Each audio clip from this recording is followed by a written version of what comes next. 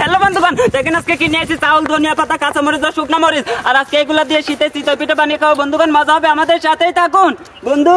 চলো চলো বন্ধু।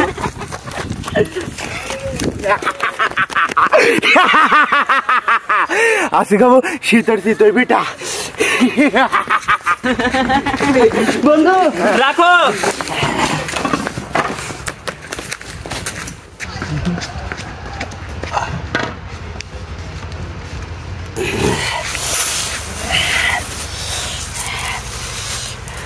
পানি।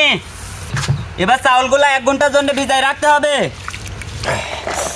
কাঁচা মরিচ এবং ধনিয়া পাতাগুলো ধুয়ে নিতে হবে।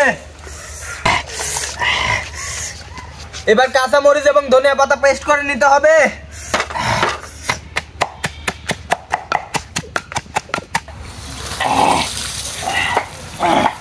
এক ঘন্টা পরে চাউল থেকে পানি আলাদা করতে হবে।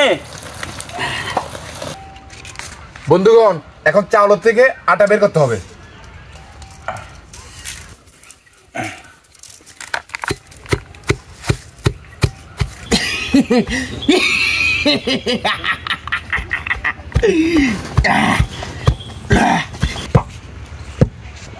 এই বন্ধু দাঁড়াও।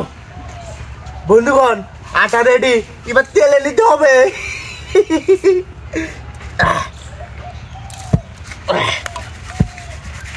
এবার চুলাটা বানিয়ে নিতে হবে।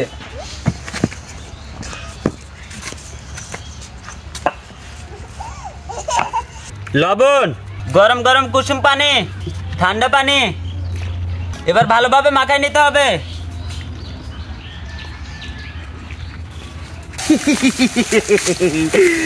বন্ধুগণ, পিঠা পাতার জন্য মিটি মিটি আগুন লাগবে, আঁকা জ্বালানোর জন্য তেল লাগে আমরা খলি কুটি দিচ্ছি। এবার চুলাটা জ্বালিয়ে নিতে হবে।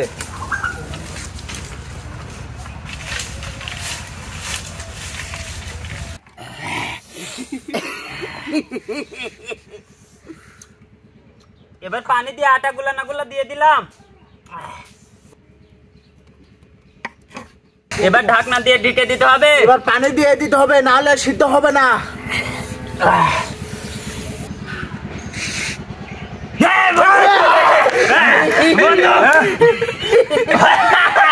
বন্ধু হয়ে গেছে।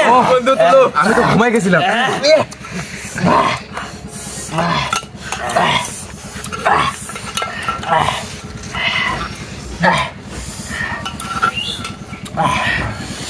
বন্ধু চলো।